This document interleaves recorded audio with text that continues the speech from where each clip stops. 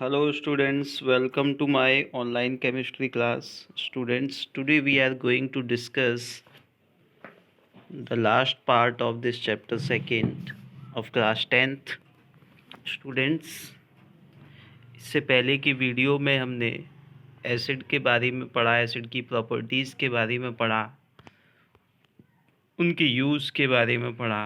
उसके बाद हमने बेस के बारे में पढ़ा। बेस की सारी प्रॉपर्टी और यूजेस अपने कवर किए पिछले वीडियो में। इसके अलावा सॉल्ट के बारे में हमने पढ़ा, सॉल्ट फॉर्मेशन की प्रोसेसेस के बारे में पढ़ा। जिन्होंने वो वीडियो पहले नहीं देखी है, पहले वो वीडियो देखें। इससे पहले की 3 वीडियो आपकी अपलोड हो चुकी हैं, तभी आपको ये आगे के टॉपिक समझ में आएंगे। चलिए स्टूडेंट्स, स्टार्ट करते हैं आज का ये टॉपिक, जिसमें हम लोग बात करेंगे केमिकल्स मेड फ्रॉम सॉल्ट। हमने सॉल्ट के बारे में पिछले वीडियो में पढ़ा था। अब हम सॉल्ट से बनने वाले यानी नमक से बनने वाले कुछ इम्पॉर्टेंट केमिकल्स के बारे में पढ़ेंगे और उनके यूजेस, उनका कहाँ कहाँ इस्तेमाल किया जाता है, उसके बारे में हम लोग यहाँ पर जानने वाले हैं। चलिए स्टार्ट करते हैं इस वीडियो को। सबसे पहले हम बात करेंगे स्टूडेंट्स सोडियम हाइड्रोक्साइड की, जिसको हम लोग कास्टिक सोडा भी कहते हैं। क्या कहते हैं? Caustic soda. सोडियम हाइड्रोक्साइड का दूसरा नाम होता है स्टूडेंट्स कास्टिक सोडा। चलिए अब इसके जो फॉर्मूला होता है, इसका जो केमिकल फॉर्मूला होता है वो होता है NaOH। आपको मैंने पहले भी बताया है, जब भी आप मेरा ये वीडियो देखें हमेशा कॉपी और पेन लेकर बैठें, जिसमें आप वो इम्पॉर्टेंट पॉइंट्स लिखते चलें जो कि मैं आपको बीच बीच में बताता हूँ इस वीडियो में। तो इसका केमिकल फॉर्मूला क्या होता है स्टूडेंट्स? Sodium hydroxide. इसका यूज़ इंडस्ट्रीज़ में जो है होता है। इसका फिगर आप देख सकते हैं यहाँ पर। ये आपका सोडियम हाइड्रोक्साइड होता है। ये जो आप गोलियाँ देख रहे हैं, ये सारी आपका क्या है? ये आपका सोडियम हाइड्रोक्साइड है। तो स्टूडेंट्स, इसके यूज़ क्या होते हैं? क्या यूज़ होते हैं आपके सोडियम हाइड्रोक्साइड के? इसका यूज़ स्टूडेंट्स सोप्स बनाने के लिए, साबुनों का निर्माण करने के लिए, सोप्स बनाने के लिए कास्टिक सोडा यानी कि सोडियम हाइड्रोक्साइड का इस्तेमाल किया जाता है। इसके अलावा पेपर्स बनाने के लिए, जो हम लोग पेपर यूज़ करते हैं, पेपर बनाने के लिए भी सोडियम हाइड्रोक्साइड का यूज़ किया जाता है।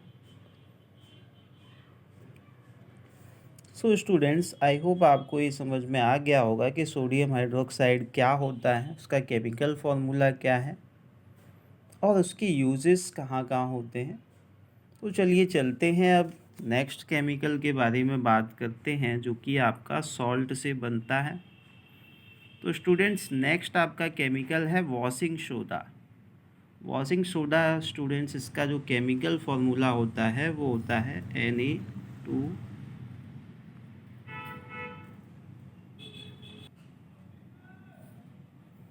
तो इसका फॉर्मूला आप देख सकते हैं। इसका फॉर्मूला होता है स्टूडेंट्स वॉशिंग सोडा का Na2CO3। इसको हम लोग केमिकल नेम इसका होता है सोडियम कार्बोनेट।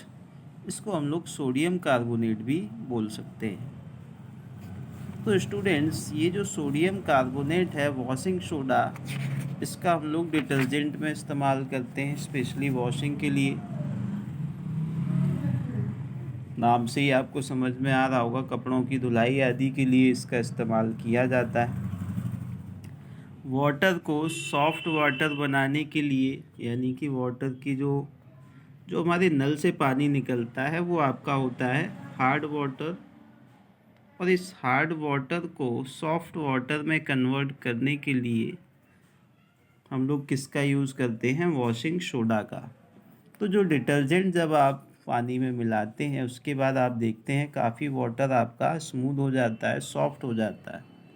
डिटर्जेंट मिलाने के बाद जो आपका वाटर है वो सॉफ्ट वाटर कहलाता है। तो ये जो भी इम्पोर्टेंट चीज़ें मैं आपको बता रहा हूँ वो आपको अपने साथ साथ लिखते रहने चाहिए। तो इतना आपको समझ में आया होगा। इसके अलावा इनका यूज़ जो है वॉशिंग सोडा का, वो कांच बनाने में भी किया जाता है। ये जो है आपकी ब्लास्ट फर्नेस है, जहाँ पर ग्लास कांच का निर्माण होता है, वहाँ पर भी हम लोग सोडियम कार्बोनेट का यूज़ करते हैं, यानी कि वॉशिंग सोडा का हम ग्लास इंडस्ट्री में यूज़ करते हैं, कांच बनाने वाली। आइए आगे चलते हैं स्टूडेंट्स। एक और जो आपका है इसमें हम बात करेंगे स्टूडेंट्स बेकिंग सोडा की। ये भी आपका सॉल्ट से बनने वाला केमिकल है, जिसका काफ़ी इम्पोर्टेंट यूज़ है। घरों में जो हम लोग खाने में सोडा वगैरह का इस्तेमाल करते हैं, उसी को हम लोग बेकिंग सोडा बोलते हैं। इसका जो केमिकल फार्मूला है स्टूडेंट्स, वो होता है आपका NaHCO3। आई होप आपको यहाँ तक ये सब समझ में आ रहा होगा। इसका केमिकल फार्मूला होता है NaHCO3। इसका यूज़ स्पेशली जो है चीज़ों को फुलाने के लिए, खाने की चीज़ों को सॉफ्ट बनाने के लिए, फ्लफ़ी केक जैसा जो है सॉफ्ट बनाने के लिए। स्पेशली जब केक बनाया जाता है तो उसमें भी बेकिंग सोडा मिक्स किया जाता है, जिससे केक हमारा सॉफ्ट और फूल जाता है। जो हमारी पेस्ट्रीज़ हैं, केक हैं, इस सब में बेकिंग सोडा मिलाया जाता है। इससे क्या होता है, इनका साइज़ बढ़ जाता है, ये फूल जाते हैं। जैसा कि आपने केक को देखा होगा, काफ़ी सॉफ्ट होता है। चलिए आगे चलते हैं नेक्स्ट केमिकल की। फ़िलहाल इसका यूज़ रह गया है, इसके यूज़ भी हम समझ लेते हैं क्या क्या यूज़ इसके होते हैं। एक तो आपने देख लिया है, इसका एक यूज़ है केक इंडस्ट्री में इसका यूज़ किया जाता है, बेकरी वगैरह में। इसके अलावा इसका यूज़ हम लोग फायर एक्सटिंग्विशर में भी करते हैं। जो आपके फायर एक्सटिंग्विशर होते हैं इस तरह के, उनमें भी हम लोग बेकिंग सोडा का इस्तेमाल करते हैं। आग बुझाने वाली जो फायर एक्सटिंग्विशर हैं, उसमें भी बेकिंग सोडा का यूज़ किया जाता है। इसके अलावा स्टूडेंट्स ब्लीचिंग पाउडर होते हैं। ब्लीचिंग पाउडर जिनसे जो है कपड़े वगैरह की धुलाई की जाती है, कपड़ों से चिकनाई वगैरह हटाने के लिए, या ऊनी कपड़े हैं तो उनकी भी ब्लीचिंग की जाती है, क्योंकि ये सारे जो हैं भेड़ों के बालों से बनते हैं, जिसमें ऑयल, डर्ट, पसीना ये सब मिक्स होता है। तो उसको दूर करने के लिए ब्लीचिंग पाउडर का हम लोग इस्तेमाल करते हैं। तो ब्लीचिंग पाउडर का आप यहाँ पर फॉर्मूला समझ लें। फॉर्मूला इसका क्या होता है, CaOCl2। इसको हम लोग कैल्शियम ऑक्सी क्लोराइड बोलते हैं। क्या बोलते हैं, calcium oxy chloride. I hope आपको ये सब समझ में आ रहा होगा। अब हम चलते हैं नेक्स्ट केमिकल की तरफ, जो कि आपका सॉल्ट से बनता है। ये होता है स्टूडेंट्स आपका प्लास्टर ऑफ पेरिस, POP जिसको आप सुनते होंगे। प्लास्टर ऑफ पेरिस का केमिकल फार्मूले की अगर बात की जाए तो इसका केमिकल फार्मूला होता है CaSO4.1/2H2O। तो ये होता है स्टूडेंट्स प्लास्टर ऑफ पेरिस का फॉर्मूला। अब बात आती है कि POP का हम लोग इस्तेमाल कहाँ करते हैं। आप जानते हैं POP का इस्तेमाल जो है हम लोग डॉक्टर्स जो होते हैं आपके ऑर्थोपेडिक, वो आपका जो प्लास्टर जब आपकी बॉडी में फ्रैक्चर हो जाता है, तो इस तरह के जो प्लास्टर आपके पैरों में या हाथों में चढ़ाया जाता है, वो आपका POP से ही मिलकर बना होता है। इसके अलावा इससे खिलौने, चौक, ब्लैक बोर्ड, ये सारी चीज़ें जो हैं आपकी POP से बनती हैं, यानी प्लास्टर ऑफ पेरिस के यूज़ से बनती हैं। आई होप आपको स्टूडेंट्स ये सारे केमिकल्स यहाँ पर समझ में आए होंगे। अब हम आगे बात करेंगे स्टूडेंट्स वाटर ऑफ क्रिस्टलाइजेशन की, यानी हाइड्रेटेड सॉल्ट की। सो स्टूडेंट्स, अब हम बात कर लेते हैं वाटर ऑफ क्रिस्टलाइजेशन, जिसको हम लोग हाइड्रेटेड सॉल्ट भी कहते हैं। हाइड्रेटेड सॉल्ट आपको यहाँ पर दिख रहा होगा। तो स्टार्ट करते हैं स्टूडेंट्स। ये जो हाइड्रेटेड सॉल्ट आपका होता है, इसकी क्या प्रॉपर्टीज़ होती हैं और इसका जो हाइड्रेटेड सॉल्ट होता है इसकी वजह से इसके कलर पर क्या इम्पैक्ट पड़ता है, वो सब हम यहाँ पर समझते हैं। ये आपके लिए काफ़ी इम्पॉर्टेंट टॉपिक है, बोर्ड्स में कई बार पूछा गया है, इसलिए आप इस टॉपिक को बड़े ध्यान से समझ लेंगे। सो स्टूडेंट्स, जैसे जो है जो वाटर मॉलिक्यूल होते हैं, जब कोई वाटर मॉलिक्यूल सॉल्ट के साथ मिक्स हो जाएं और सॉल्ट के जो दाने होते हैं यानी क्रिस्टल्स होते हैं छोटे छोटे, जैसे चीनी के दाने, उनको क्रिस्टल्स बोला जाता है। जब कोई वाटर जो है, वाटर के पार्टिकल्स, वाटर के मॉलिक्यूल्स जब आपके सॉल्ट के पार्ट हो जाते हैं, तब जो आपका सॉल्ट बनता है उसको हम लोग बोलते हैं हाइड्रेटेड सॉल्ट। एक बार फिर से समझ लें। When water molecule form a part of crystal structure, then it is called as water of crystallization. इस तरह के जो सॉल्ट होते हैं जो वाटर मॉलिक्यूल से मिलकर बने होते हैं, वो आपके कहलाते हैं हाइड्रेटेड सॉल्ट या वाटर ऑफ क्रिस्टलाइजेशन। तो स्टूडेंट्स, इसमें एक एग्जांपल हमने यहाँ पर लिया है कॉपर सल्फेट का, यानी CuSO4 का हम लोग यहाँ पर एग्जांपल लेते हैं। CuSO4 का हमने यहाँ पर एक एग्जांपल लिया। CuSO4 जब वाटर के साथ मिलकर बनाता है, CuSO4 5H2O, यानी आप यहाँ देखें वाटर के जब इसमें 5 मॉलिक्यूल्स मिल जाते हैं, तब ये आपके कॉपर सल्फेट क्रिस्टल्स यानी सॉल्ट क्रिस्टल बनते हैं कॉपर सल्फेट के। इस तरह का ये जो पूरा सॉल्ट बनता है, यानी कि जिसमें वाटर के कई सारे मॉलिक्यूल्स जब किसी सॉल्ट के साथ जुड़ जाते हैं तो वो बनाते हैं हाइड्रेटेड सॉल्ट। तो आई होप आपको ये समझ में आया होगा।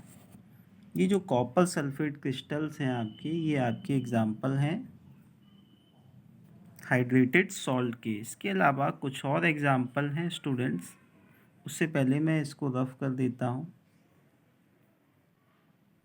तो नेक्स्ट एग्जाम्पल स्टूडेंट्स यहाँ पर दिया गया है Na2CO3.10H2O। ये आपका क्या होता है स्टूडेंट्स, सोडियम कार्बोनेट डेकाहाइड्रेट, इसको हम केमिकल नेम से बुलाते हैं। डेका का मतलब 10 होता है, क्योंकि यहाँ पर 10 वाटर मॉलिक्यूल्स ऐड किए गए हैं, इसलिए इसका नाम सोडियम कार्बोनेट डेकाहाइड्रेट रखा गया। इनको जो है हम लोग जनरली सोडियम कार्बोनेट क्रिस्टल्स बोलते हैं, जो कि वाटर के 10 मॉलिक्यूल्स के जुड़ने से बनते हैं। तो ये भी आपके स्टूडेंट्स एग्जाम्पल हैं हाइड्रेटेड सॉल्ट के।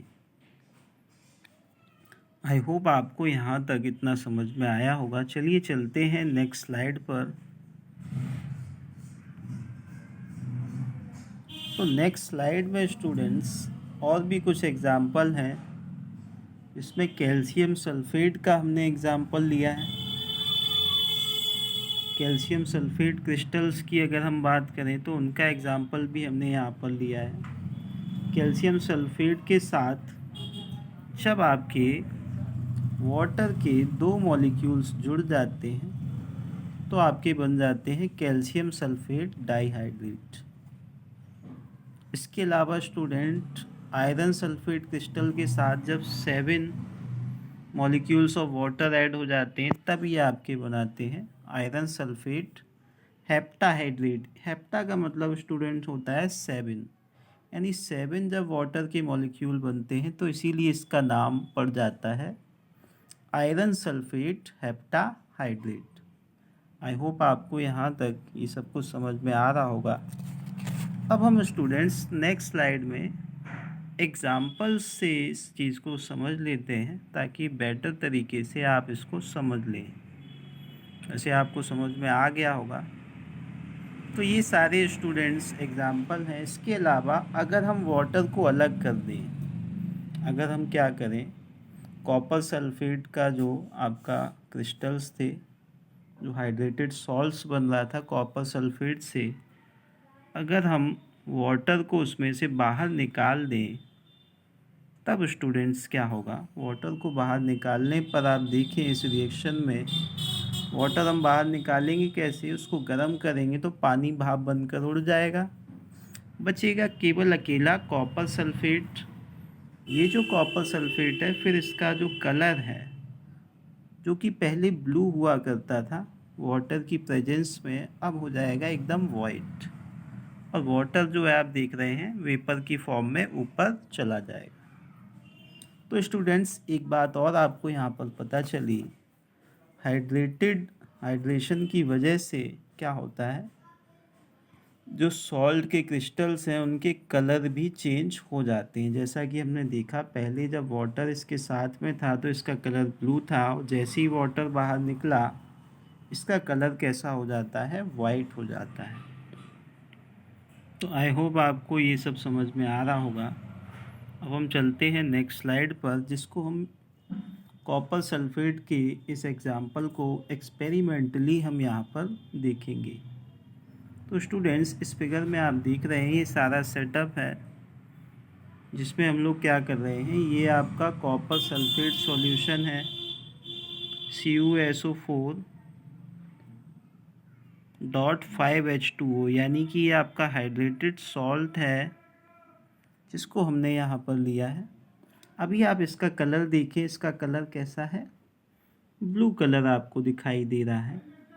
तो जब हमने इसमें से वाटर जो अभी हमने रिएक्शन में किया था, जब हमने इसको हीट किया है नीचे इस बर्नर से, तब क्या होगा आप देखेंगे इसके बाद क्या चेंज आएगा इसमें। जैसा कि हमने रिएक्शन में देखा था कि इसमें जो है आपका इसका जो कलर है वाटर का, सॉरी ये जो आपका कॉपर सल्फेट है इसका कलर आप यहाँ पर देख सकते हैं। इसका कलर स्टूडेंट्स एकदम से चेंज हो गया, अभी ये वाइट कलर का दिखाई देने लगा। दिख रहा है ये कलर। तो जैसे ही हमने इसको हीट किया तो वाटर क्या हुआ, वेपर बनकर उड़ गया, और वाटर जब उड़ गया तो इसका कलर भी आपका सॉल्ट का चेंज हो जाता है। तो आई होप आपको जो है ये एक्सपेरिमेंटली भी अब समझ में आ गया होगा। इस तरह से अब ये जो सॉल्ट बना है, यानी वाटर के निकलने से, हाइड्रेटेड सॉल्ट से जब वाटर निकल जाता है तब वो कौन सा सॉल्ट बन जाता है उसको भी आप यहाँ पर देख सकते हैं। समझ लें एक बार, इस तरह के क्वेश्चंस भी आते हैं। जब हाइड्रेटेड सॉल्ट से वाटर निकल जाता है तो वो बन जाता है एनहाइड्रस सॉल्ट। तो आप समझ गए होंगे एनहाइड्रस सॉल्ट क्या होता है। जब हाइड्रेटेड सॉल्ट से वाटर हम लोग रिमूव कर देंगे by the process of evaporation या हीटिंग से, तब जो आपका केवल अब यहाँ पर क्या बचा है, CuSO4 बचा हुआ है। केवल आपका बचा है CuSO4, जबकि H2O यानी वाटर तो आपका इवेपोरेट हो चुका है। इस केस में स्टूडेंट्स क्या होगा, अब ये जो आपका CuSO4 है इसको हम लोग एनहाइड्रस सॉल्ट कहेंगे। आई होप आपको जो है ये समझ में आया होगा। अगर हम इसमें वापस वाटर ऐड कर दें, अगर इसको वापस वाटर मिल जाएगा तो ये फिर से हाइड्रेटेड सॉल्ट हो जाएगा, यानी कि इसका कलर फिर से ब्लू हो जाएगा। तो चलिए हम इसमें वाटर ऐड कर देते हैं। इसमें हम जब स्टूडेंट्स वाटर ऐड करेंगे तब क्या होगा, नेक्स्ट स्लाइड में हम यहाँ पर देख सकते हैं। जैसे ही हमने वाटर ऐड किया तो वापस इसका कलर पहले जैसा ब्लू हो गया, यानी अब ये वापस से आपका हाइड्रेटेड सॉल्ट बन गया है, यानी CuSO4.5H2O। आई होप कोई दिक्कत आपको जो है इस सीरीज़ में नहीं आई होगी। सो स्टूडेंट्स, ये आपके जो है सारे टॉपिक्स थे इस चैप्टर के, जो आज हमने इस वीडियो से फाइनली आपका ये जो चैप्टर सेकंड था एसिड बेसिस एंड सॉल्ट का, इसको आज हमने पूरी तरीके से कवर कर लिया है। आई होप आप सभी को समझ में आया होगा, और अगर आपने जो है पिछले वीडियोस देखे हैं तो डेफिनेटली आपको समझ में आया होगा। अगर आप कोई चीज़ बीच में देखते हैं तो दिक्कत आ सकती है, और अगर आपने पिछले वीडियो नहीं देखे हैं तो उनको भी देख लें, तब आपको ये टॉपिक्स बड़ी आसानी से समझ में आएंगे। अगर आपको वीडियो अच्छा लग रहा है तो चैनल को सब्सक्राइब भी कर सकते हैं।